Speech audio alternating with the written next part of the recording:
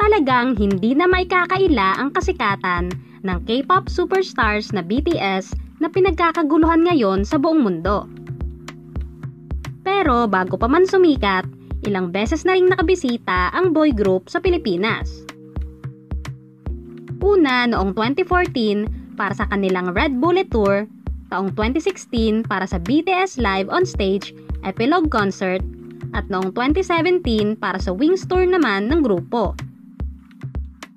Sa taon ding ito, pumunta ang K-pop group sa Coron, Palawan para sa kanilang 2017 summer package na kinunan sa nasabing lugar.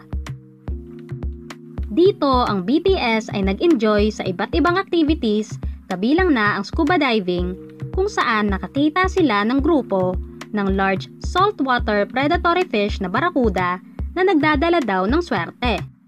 자세히 됐습니다. 나도 완전 아까 소리신데 아저씨가 운 좋으면 만날 수 있다 그랬거든. 근데 떼거지라는 거 봤어. 떼거지 이만하게 있어.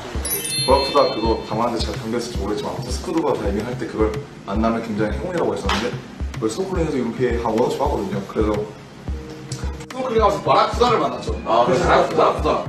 스킨스쿠버 하는 사람들이 만나면 되게 행운이라는 그런. 야, 오늘 방탄 그러면 나 더 대박 나는 거야? 이거 어디까지 가봤는데? 어디까?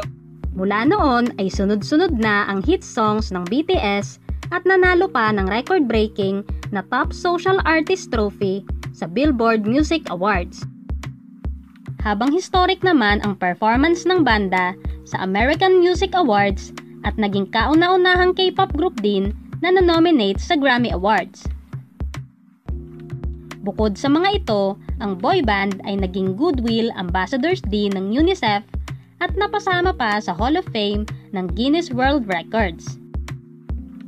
Samantala, makailang beses na ring itinanghal ang Palawan bilang Best Island in the World, habang ang Coron ay kinilala naman bilang isa sa top 10 Best Scuba Diving Sites sa buong mundo ng Forbes Travel Magazine.